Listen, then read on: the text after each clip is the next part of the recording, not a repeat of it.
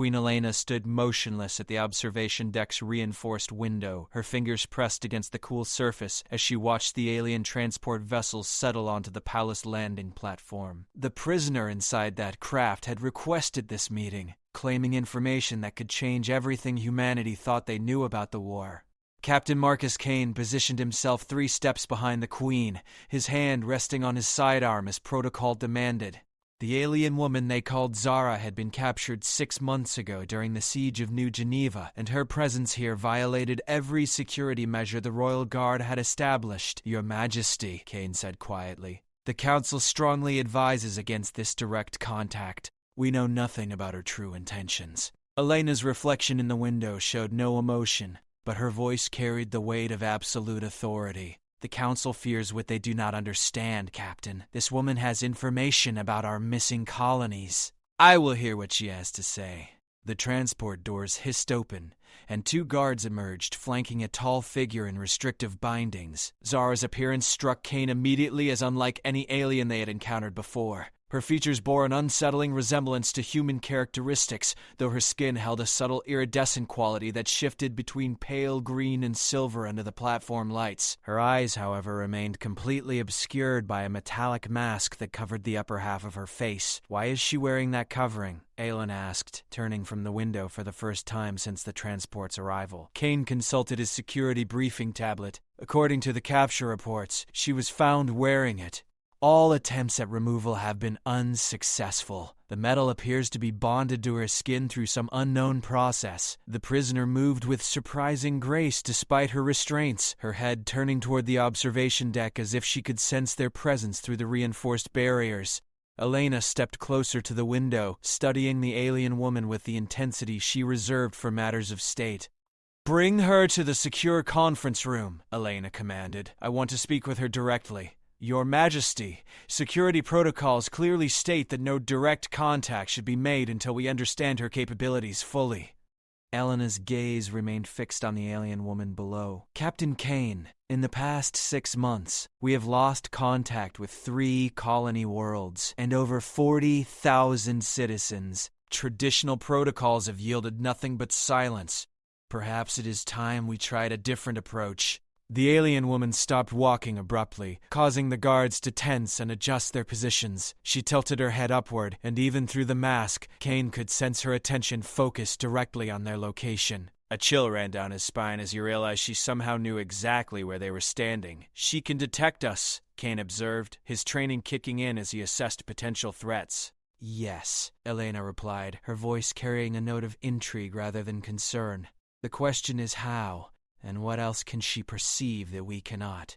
The guards below received new orders through their communication devices and began escorting the prisoner toward the palace's secure wing. Elena turned away from the window, her decision made despite the obvious risks involved. "Your Majesty," Kane said, stepping forward as protocol required when offering counsel. "This could be an elaborate deception. The timing of her capture, her request for an audience, the convenient information she claims to possess, all of it feels orchestrated." Elena paused at the observation deck's exit, considering his words. "You may be right, Captain, but if there is even a small chance that she can help us locate our missing people, we must take that risk. Prepare the conference room according to maximum security standards, but ensure she can speak freely. And if she proves hostile, then we will deal with that situation as it develops. But keep your weapons secured unless I give explicit orders otherwise. I suspect this conversation will require more subtlety than force." Kane nodded, understanding the complexity of the situation they were entering. As they left the observation deck, he caught one final glimpse of the prisoner being led through the palace corridors. Something about her movements suggested intelligence and awareness that went far beyond what their initial assessments had indicated. The elevator descended toward the secure wing in silence, both Kane and Elena lost in their own thoughts about the encounter ahead. Neither of them could predict that the next hour would fundamentally alter their understanding of the war, their enemy, and the true nature of humanity's place in the galaxy. The conference room had been prepared according to Kane's specifications, with multiple layers of security monitoring and containment measures discreetly integrated into what appeared to be a standard diplomatic meeting space. Elena entered first, taking her position at the head of the table while Kane stationed himself near the door, maintaining visual contact with both the Queen and their expected guest. The prisoner arrived under heavy escort, her restraints carefully removed only after the guards had withdrawn to positions outside the sealed room. Zara stood quietly for several moments, her masked face turning slowly as she appeared to study her surroundings with methodical precision. "Please, be seated," Elena said, gesturing to the chair across from her position. The alien woman moved with fluid grace, settling into the indicated seat without any apparent discomfort or hesitation. "You requested this meeting," Elena continued. "I am prepared to listen to what you have to say." Zara's voice, when she finally spoke, carried an unexpected musical quality that seemed to resonate through the room's acoustic dampening systems. "Your Majesty, what I must tell you will challenge everything your people believe about this conflict." Kane noticed how the prisoner's accent, while clearly non-human in its tonal patterns, demonstrated perfect command of human language structures. Her vocabulary choices suggested education and cultural understanding that went far beyond what any captured enemy should possess. "Our intelligence reports indicate that you were found during the New Geneva evacuation," Elena said. "How did you come to be there, and why were you not fighting alongside your forces?" "Because," Zara replied, her masked face tilting slightly, "I was not there as an invader. I was there as someone trying to remember who I truly was." The statement hung in the air between them, loaded with implications that neither Elena nor Kane could immediately process. Elena leaned forward slightly, her diplomatic training engaging as she recognized the significance of the moment. "Explain what you mean by remembering," Elena said, her tone carefully neutral despite the growing tension in the room. Zara's hands, Kane noticed, remained perfectly still on the table's surface. No nervous movements, no defensive posturing, no signs of deception according to his behavioral analysis training. Instead, she projected an almost serene calm that felt unsettling given their circumstances. "This mask," Zara said, raising one hand to touch the metallic covering over her eyes, "was placed on me 12 years ago to prevent me from seeing the truth, but memories have been returning despite their efforts to suppress them." Elena exchanged a quick glance with Kane before responding. "Whose efforts? Who placed this mask on you?" "Those you call your enemies," Zara replied, "but they are not what you believe them to be, and neither am I." The implications of her words began to sink in as Kane realized they might be dealing with something far more complex than a simple prisoner interrogation. Elena maintained her composed exterior, but he could see the subtle changes in her posture that indicated heightened attention. "You speak as if you have personal knowledge of human affairs," Elena observed. "How is that possible?" Zara paused for a long moment before answering, and when she spoke, her voice carried a weight of profound sadness. "Because I was born on Earth, Your Majesty. I am human." The revelations struck both Elena and Kane with the force of a physical blow. Kane's hand instinctively moved toward his weapon before training and discipline reasserted control. Elena remained seated, but her knuckles whitened as her grip tightened on the table's edge. "That is impossible," Elena said quietly. "Our genetic scanners, our medical analysis, everything about your physiology reads as alien." "The modifications were extensive," Zara admitted. "They took children, human children, and changed us into something else, made us forget our origins, implanted false memories, turned us into weapons against our own species." Kane stepped forward, his voice tight with controlled emotion. "If what you claim is true, then you are accusing our enemies of crimes beyond anything we have documented." Zara turned toward him, and despite the mask covering her eyes, Kane felt as if she was looking directly into his soul. "Captain Kane, I remember playing in gardens that looked remarkably similar to the ones visible through this room's windows. I remember a woman who sang lullabies in a language I now know was English, though at the time I believed it was the primitive tongue of an inferior species." The specific details, delivered with such quiet conviction, sent chills through both listeners. Elena found herself struggling to maintain the diplomatic composure that had served her through countless difficult negotiations. "Why should we believe you?" Elena asked, though her tone suggested she was already beginning to accept the possibility of truth in Zara's claims.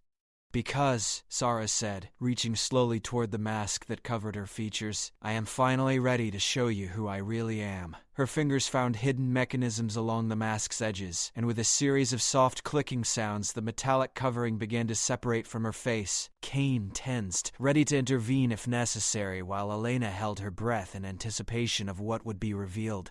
The mask fell away, clattering softly on the table's surface, and both Elena and Kane stared in stunned silence at what they saw.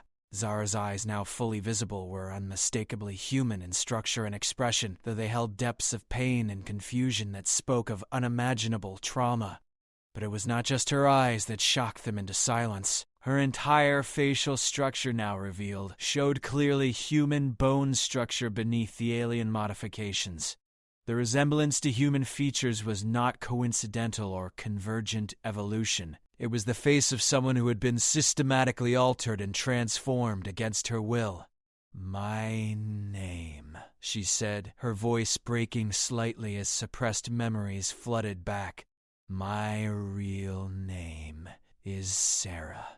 Sarah Mitchell. I was 7 years old when they took me from the colony on Kepler Station."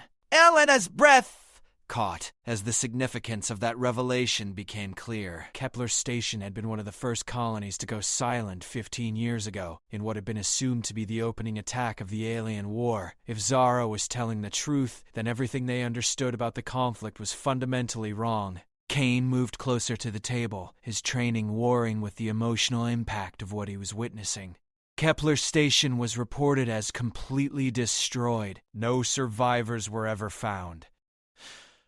"Because they did not want survivors to be found," Zara replied, tears beginning to flow down her cheeks. "They wanted workers, soldiers, test subjects for their experiments. Children were easier to modify, easier to convince that they belonged to a different species entirely." The room fell silent as the implications of her testimony began to fully register.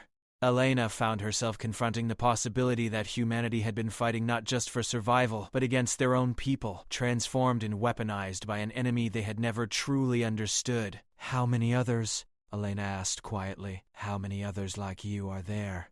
Zara wiped her tears with the back of her hand, a gesture so distinctly human that it reinforced the credibility of her claims. "Thousands, maybe tens of thousands. Taken from colonies over the past 2 decades, modified, trained, sent back to fight against the families they can no longer remember." Kane sank into a nearby chair, the weight of this revelation overwhelming his ability to remain standing at attention. "The entire war," he said slowly, "has been humanity fighting against captured and modified humans." "Not entirely," Zara corrected. "There is a genuine alien species behind this. They call themselves the Architects, and their goal is not conquest in the way you understand it. They are conducting what they consider a grand experiment in species modification and control." Elena stood and walked to the room's window, staring out at the gardens that Zara had mentioned recognizing. "Why are you telling us this now? What changed?" 3 months ago, something went wrong with my conditioning. I began remembering fragments of my childhood. Glimpses of my real life before the modifications. The mask was designed to suppress these memories by interfering with certain neural pathways, but the biological changes they made to my brain began rejecting the suppression technology. She paused, looking down at the discarded mask on the table. "When I was captured during the New Geneva evacuation, I was not there as a soldier. I was trying to find evidence of who I used to be. I was searching for any trace of my original identity." Kane rejoined the conversation, his mind racing through the tactical implications of this information. "If there are thousands of modified humans fighting in their forces, and if some of them are beginning to remember their true identities, then we have an opportunity to turn this war around." "It is more complicated than that," Zara warned. "The conditioning runs deep, and the physical modifications make it difficult for most of them to survive the memory restoration process. Many who begin to remember die from the neural trauma as their altered brains struggle to reconcile false and true memories." Elena turned back to face them, her expression reflecting the enormous scope of the decision she was contemplating. "If we can verify your claims, if we can find a way to safely restore memories to others like you, then we have a moral obligation to try. These are not enemy soldiers. People taken and perverted into something they never chose to become." "Your Majesty," Kane said carefully. The risks of accepting this information at face value are enormous. If this is deception, if we lower our defenses based on false intelligence, we could lose everything. Zara nodded, understanding his concerns. I expected skepticism, Captain. I would be more worried if you accepted my claims without verification, but I can provide you with information about architect bases, about the modification facilities, about planned operations that will prove the accuracy of what I am telling you. She reached into a hidden pocket of her clothing and withdrew a small data storage device. This contains everything I have been able to remember about their operations, including the locations of 3 facilities where human prisoners are currently being processed for modification. Elena took the device, weighing it in her palm as if she could somehow measure the truth of its contents through physical sensation. If this information is accurate, and if we can mount rescue operations based on it, then we may be able to save people who have not yet been fully processed. The window for rescue is narrow, Zara explained. The initial modification process takes approximately 6 months. After that, the changes become irreversible and the memory suppression becomes permanent. Kane felt a chill as he realized the implications of that timeline. New Geneva was evacuated 6 months ago. If they took prisoners during that operation, then we are at the very edge of being too late to save them. Zara finished. That is why I requested this audience now, despite knowing the risks to my own safety. There are people who can still be saved, but only if we act immediately. The weight of decision pressed down on Elena as she considered the unprecedented situation they faced. Every instinct developed through years of leadership suggested caution and verification, but the moral imperative of potentially saving thousands of human lives demanded immediate action. Captain Kane, she said finally.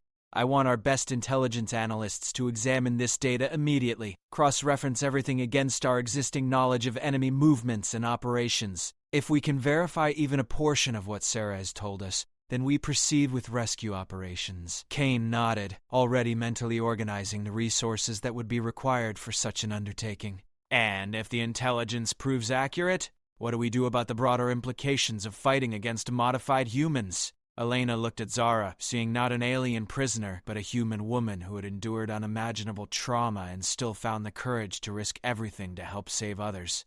Then we change how we fight this war. Instead of seeking to destroy our enemies, we find ways to bring our people home. The room fell quiet as all 3 of them contemplated the magnitude of what they were undertaking. The war that had defined humanity's struggle for survival was about to transform into something entirely different, a rescue mission on an unprecedented scale.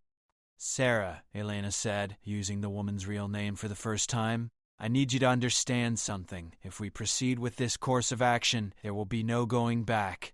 We will be committing resources, lives, and our entire strategic position based on your testimony.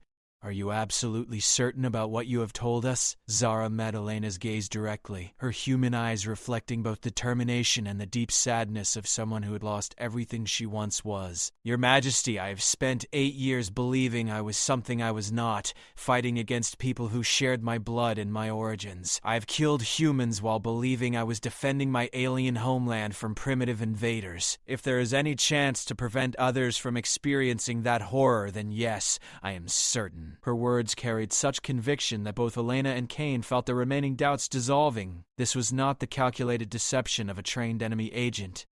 This was the desperate testimony of someone trying to atone for actions taken under false conditioning. Elena made her decision with the finality that had characterized every major choice of her reign. Then we proceed. Captain Kane, initiate emergency protocols for intelligence verification and operational planning. I want preliminary rescue plans within 12 hours and full operational readiness within 72 hours.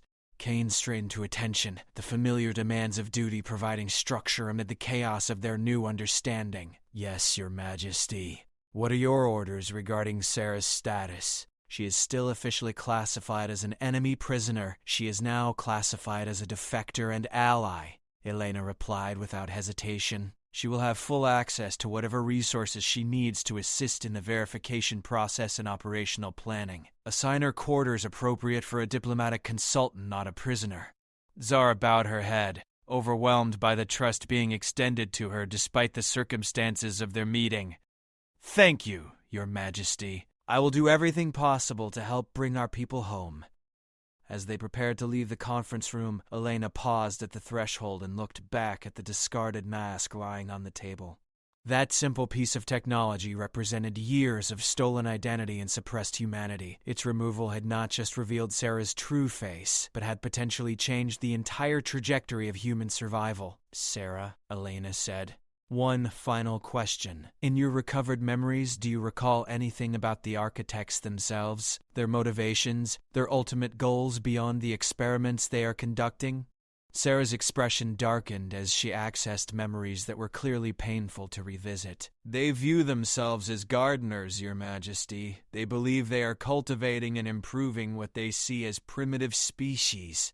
In their minds, what they are doing to humans is not cruelty but elevation. They genuinely believe they are helping us evolve into something better." The chilling implications of that worldview settled over the room like a heavy blanket.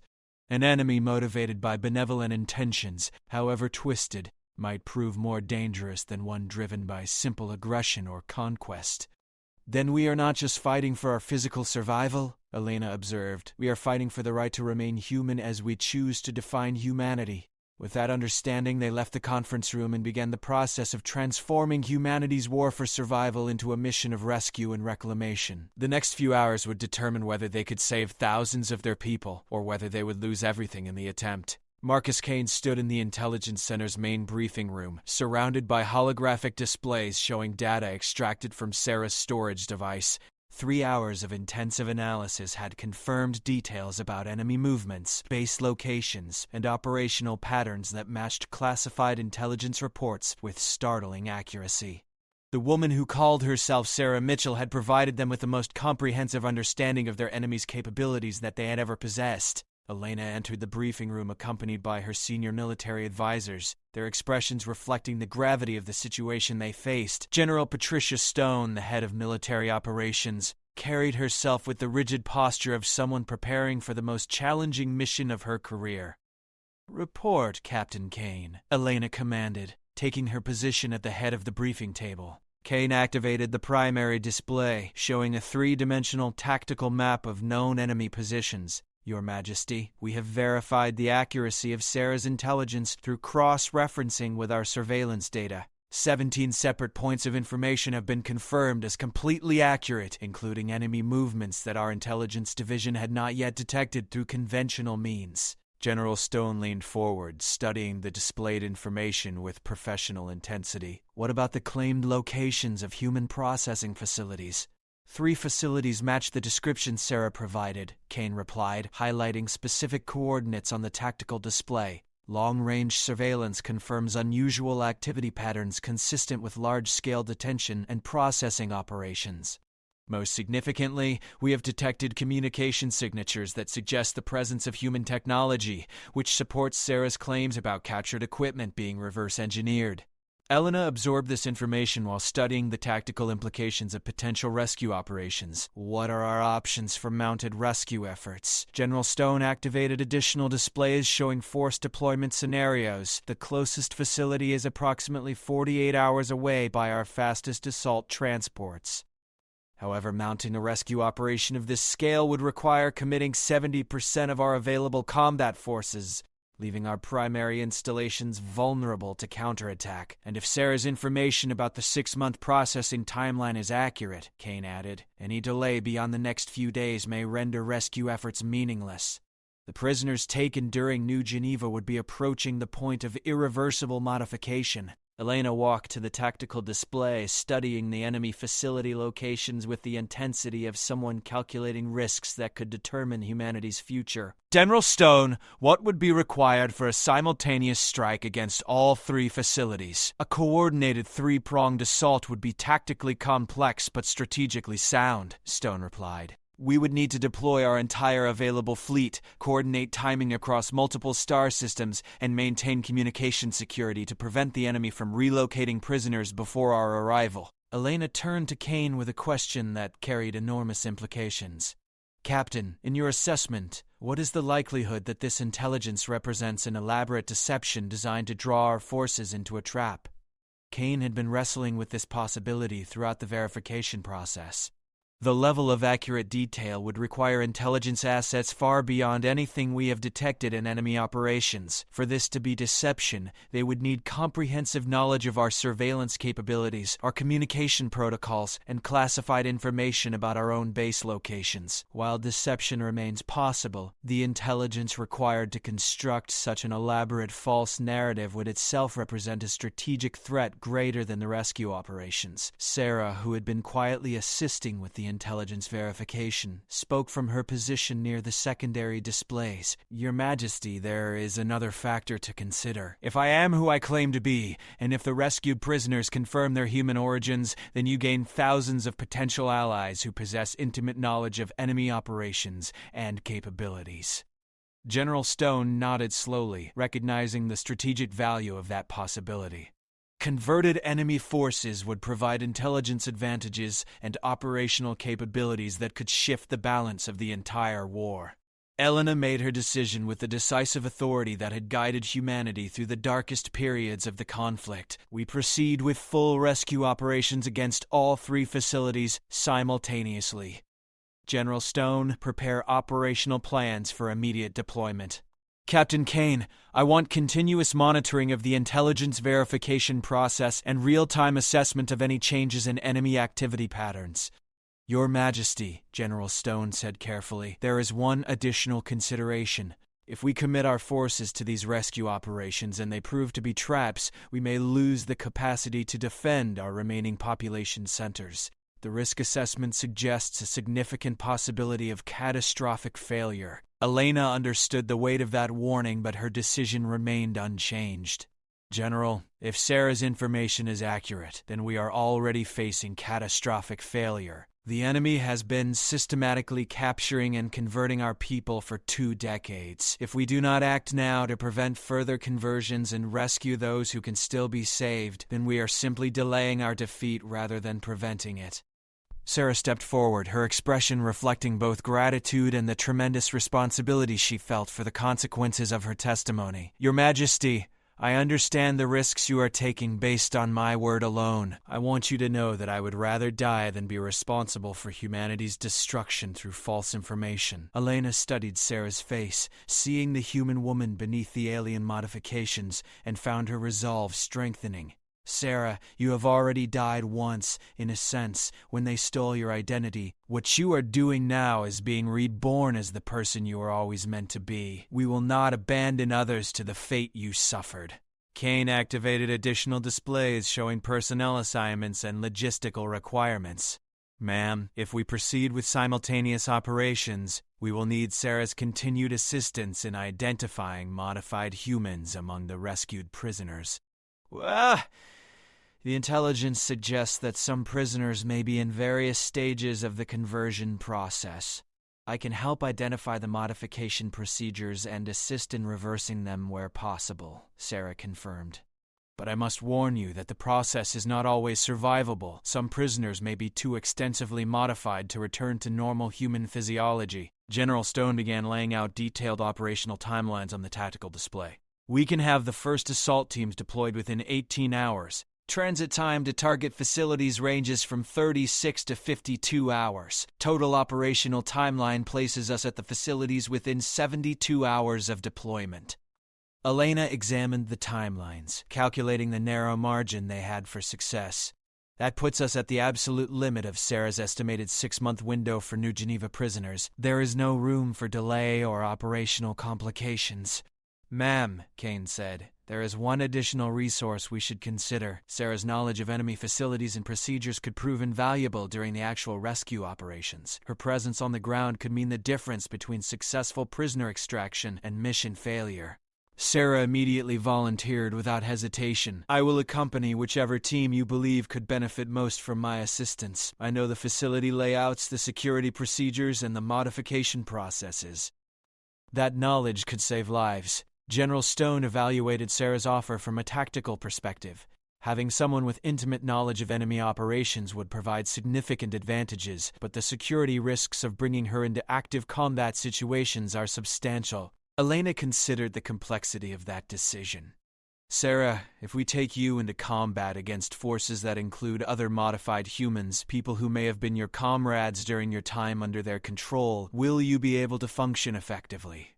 Though her voice carried the weight of someone contemplating actions she had never imagined having to take. Your Majesty, those people are not my comrades. They are prisoners, just as I was. If I can help free them, then I will do whatever is necessary to accomplish that goal. The briefing room fell quiet as everyone processed the full scope of what they were undertaking. They were preparing to launch the largest rescue operation in human history, based on the testimony of a woman who had been their enemy until a few hours ago, against an enemy who had been systematically turning their own people against them for decades. Elena looked around the room at the faces of her advisors, seeing determination mixed with apprehension, courage tempered by realistic assessment of risks.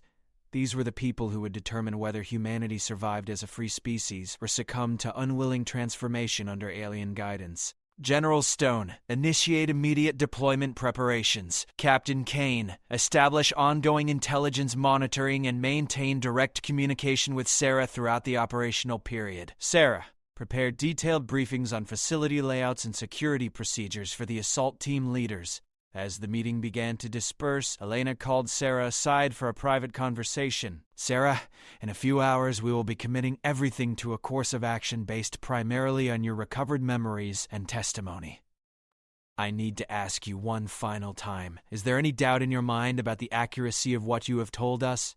Sarah met Elena's gaze with the steady determination of someone who had found purpose in the midst of tragedy. Your Majesty, my memories of being human may be incomplete, but my knowledge of enemy operations is comprehensive. The intelligence I have provided will lead you to facilities where human prisoners are being held and modified. Whether you can save all of them, whether the tactical situation allows for successful rescue, whether other complications arise, these things I cannot guarantee. But the prisoners are there, and they are our people, and they deserve the chance at rescue that I have been given. Elena nodded, satisfied with the honesty and conviction in Sarah's response. Then we proceed with full commitment. In 72 hours, we will either have struck a decisive blow for human freedom, or we will have sacrificed everything in the attempt. Either way, we will have acted according to our principles and our obligations to our people. As they prepared to leave the briefing room, Sarah paused and looked back at the tactical displays still showing the enemy facility locations. Your Majesty, there is something else I should mention. The architects monitor their facilities continuously for security breaches. Once we begin rescue operations at the first facility, they will likely initiate emergency procedures at the others. The window for successful rescue will be even narrower than our current estimates suggest. Elena considered this additional complication, then made a final tactical decision. Then we ensure that all three operations begin simultaneously, before they have time to react. General Stone will coordinate precise timing so that all facilities are breached within minutes of each other. With that final planning element in place, they left the briefing room to oversee the most critical military operation in human history. The next few hours would determine whether thousands of captured humans could be restored to their true identities, or whether humanity's last hope for victory would be lost in the attempt to save them. The primary launch bay echoed with the controlled chaos of rapid deployment, preparation as 3 separate assault fleets readied for immediate departure. Elena stood on the observation platform overlooking the bay, watching hundreds of personnel complete final equipment checks and boarding procedures with the efficiency born from years of warfare. General Stone approached her position, carrying the final tactical reports that would determine whether their unprecedented rescue mission could succeed. Ma'am, final intelligence updates confirm continued activity at all 3 target facilities, Stone reported. Long-range sensors detect no changes in enemy defensive postures, which supports Sarah's assessment that they have not detected our operational preparations.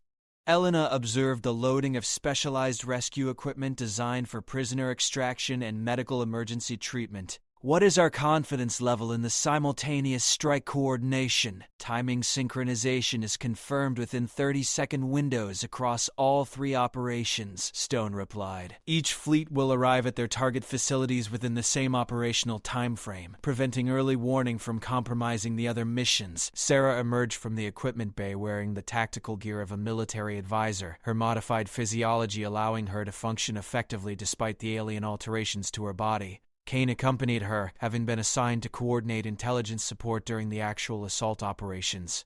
"Your Majesty," Sarah said as she approached the observation platform.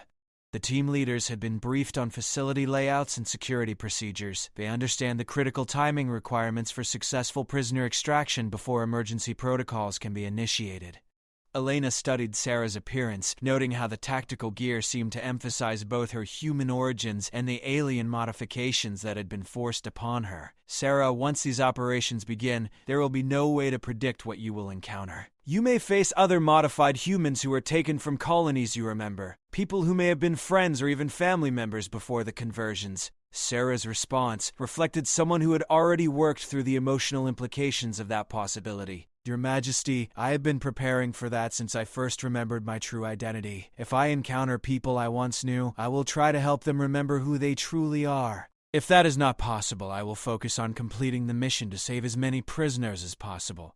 Kane activated his communication device, receiving updates from the fleet commanders. "All squadrons report ready for immediate departure. Estimated arrival at target facilities in 47 hours, with operational commencement in 48 hours. Elena turned to address the assembly of personnel visible through the observation platform's windows. Her voice, amplified through the bay's communication system, carried clearly to every person involved in the operations.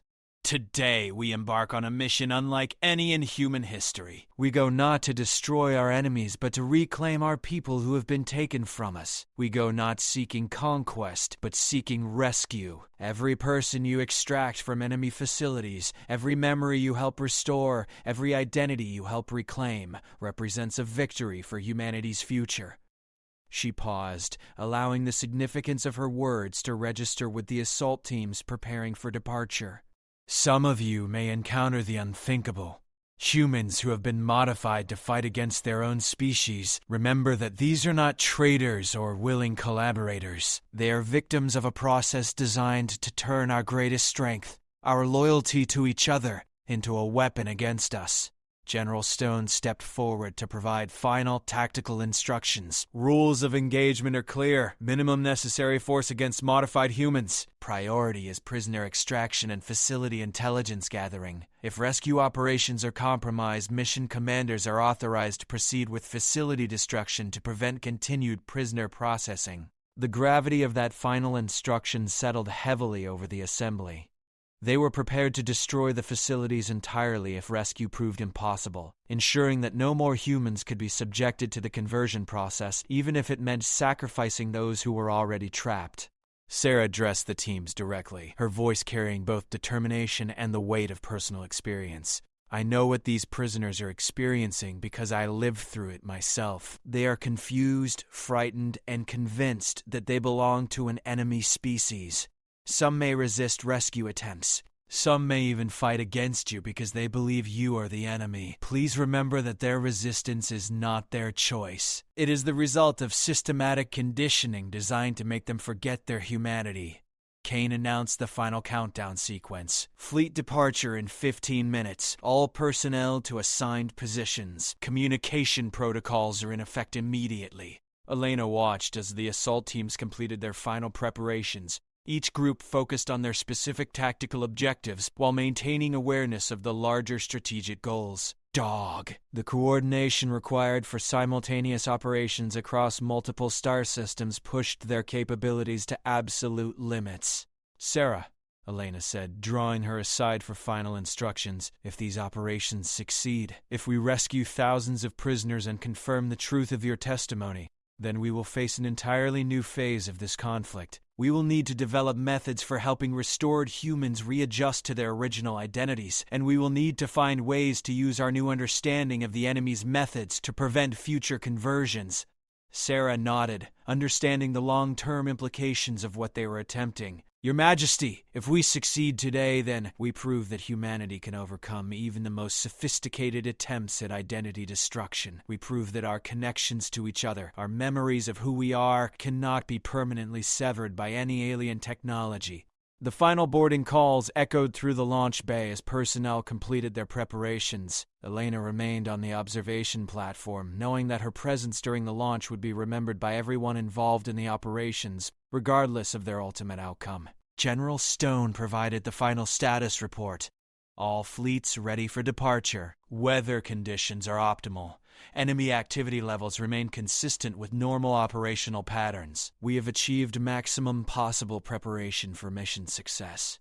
Elena gave the final authorization with the full authority of her position and the complete weight of humanity's future. Execute Operation Reclamation. Bring our people home. The launch bay erupted into coordinated activity as 3 separate fleets initiated departure sequences simultaneously. Massive transport vessels lifted off with formation precision, carrying assault teams, medical personnel, specialized equipment, and the hopes of an entire species toward destinations that would determine whether thousands of humans could be restored to their true identities. Sarah watched the departed fleets through the observation windows, her expression reflecting both hope and apprehension. Your Majesty, in approximately 48 hours we will know whether the war we have been fighting was truly against aliens, or against our own people forced to become something they never chose to be.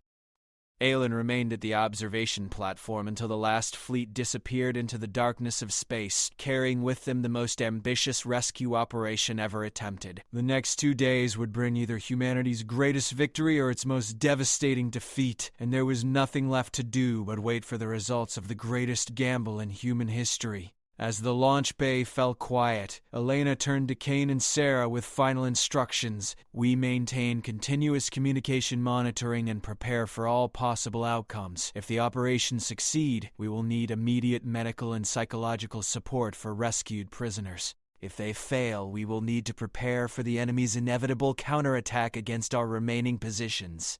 The observation platform emptied as personnel dispersed to their monitoring stations, leaving Elena alone with the weight of command and the knowledge that she had committed humanity's future to the testimony of one woman who had found the courage to remember who she truly was. The command center maintained constant communication with the 3 assault fleets as they approached their target destinations, 47 hours after departure from the palace facility. Elena had remained in the command center throughout the approach phase, monitoring every detail of the operations that would determine whether thousands of captured humans could be rescued before their identities were permanently erased. Sarah stood at the intelligence monitoring station, providing real-time analysis of facility layouts and security procedures as updates came through from the approaching fleets. Her knowledge of enemy operations had already proven invaluable in helping the assault teams prepare for the complex prisoner extraction procedures they would encounter. Kane coordinated communication between the 3 separate operations, ensuring that timing remained synchronized despite the vast distances between target facilities. All fleets report arrival at target coordinates in 17 minutes. Final tactical preparations are underway. General Stone monitored the strategic displays showing enemy activity throughout the region, watching for any signs that their operations had been detected. No changes in enemy defensive patterns. All facilities maintain normal operational status. We have achieved tactical surprise. Elena studied the tactical displays showing the positions of the 3 assault fleets, each approaching facilities that might contain hundreds of human prisoners in various stages of conversion. Sarah, based on your knowledge of their procedures, what should our teams expect to find when they breach the facilities? Sarah consulted the intelligence data while drawing on her personal experience. The facilities will be compartmentalized into different areas. Reception areas for newly captured prisoners, modification laboratories where the physical alterations are conducted, conditioning chambers where memories are suppressed and false identities are implanted, and holding areas for prisoners who have completed the conversion process. Which areas should receive priority for immediate rescue? The reception and early modification areas, Sarah replied without hesitation. Prisoners in those locations can still be restored to normal human physiology. Those in the completed holding areas may require more extensive medical intervention, but they are still worth saving. The conditioning chambers are the most critical. Prisoners undergoing active memory suppression may suffer permanent damage if the process is not interrupted immediately. General Stone received updates from the fleet commanders. All teams report ready for simultaneous facility breach. Timing synchronization confirmed. Operation commencement in 8 minutes. Elena activated the facility-wide communication system to address everyone involved in coordinating the rescue operations. This is the moment we have worked towards since learning the truth about our enemy's methods. In a few minutes, we will know whether we can restore thousands of our people to their true identities. Regardless of what we encounter, we proceed with determination and courage. Sarah moved to the primary monitoring station, where she could provide real-time guidance to the assault teams based on what they reported finding in the facilities. Your Majesty, I want you to know that whatever happens in the next few hours, you have given me something I never thought I could have again, the chance to help save others from the fate I endured. Kane announced the final countdown, all fleets in position, tactical systems armed. Operations commence in 60 seconds. The command center fell silent except for the soft humming of monitoring equipment and the quiet breathing of personnel focused intently on their displays. Elena felt the weight of command more heavily than at any point during her reign, knowing that the next few hours would determine humanity's future. Operations commencing, Kane announced as the synchronized assault began across 3 different star systems. The first reports came from Team Alpha, assigned to the closest facility. Facility perimeter breached, encountering moderate resistance. Security systems matched Sarah's intelligence reports exactly. Team Beta, attacking the largest facility, reported next. Multiple prisoner holding areas confirmed. Visual confirmation of humans in modification chambers. Beginning immediate extraction procedures. Team Gamma faced the most heavily defended facility. Heavy resistance encountered. Facility designed for high-security detention. Proceeding with breach operations. Sarah provided continuous guidance based on the team's reports. Alpha Team, the detention areas will be 2 levels below your current position. Beta Team, the conditioning chambers require immediate interruption. Look for neural interface equipment that needs to be carefully disconnected. Gamma Team, expect automated defense systems in the high-security areas. Elena monitored all 3 operations simultaneously, watching as the rescue mission unfolded according to their careful planning while adapting to unexpected challenges. All teams, remember that every minute of delay increases the risk of prisoner harm. Proceed with maximum speed consistent with safety. The first confirmation of successful prisoner rescue came from Beta Team. We have 23 human prisoners extracted from modification chambers. All appear to be in early stages of conversion process. Medical teams are providing immediate treatment, Alpha Team reported shortly after. 41 prisoners secured from reception areas. Prisoners are conscious and responsive. Some are asking about family members from their original colonies. Gamma Team faced more significant challenges. Facility contains high-security area with extensively modified prisoners. Some appear to be in advanced stages of conversion, requiring additional medical support for safe extraction. Sarah coordinated with the medical teams, providing guidance on reversing the modification procedures. The neural interface disconnections need to be performed gradually to prevent brain damage. Physical modifications can be addressed later, but memory restoration requires immediate attention.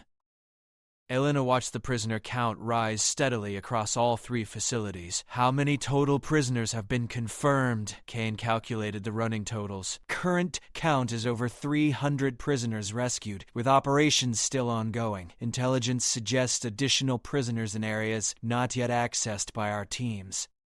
General Stone monitored enemy response patterns. Enemy forces are beginning to mobilize in response to facility breaches. Our teams have limited time before significant reinforcement arrives. Sarah provided critical intelligence about enemy emergency procedures. When the architects detect facility breaches, they initiate memory wipe procedures for prisoners they cannot evacuate. Our teams need to reach the conditioning areas immediately to prevent permanent identity loss. Elena made the tactical decision to extend operations despite increasing risks. All team commanders extend operations to complete prisoner extraction.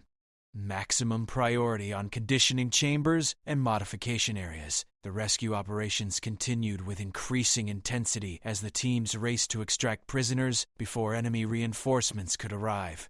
Reports flowed continuously from all 3 facilities as hundreds of human prisoners were freed from alien captivity and restored to their true identities.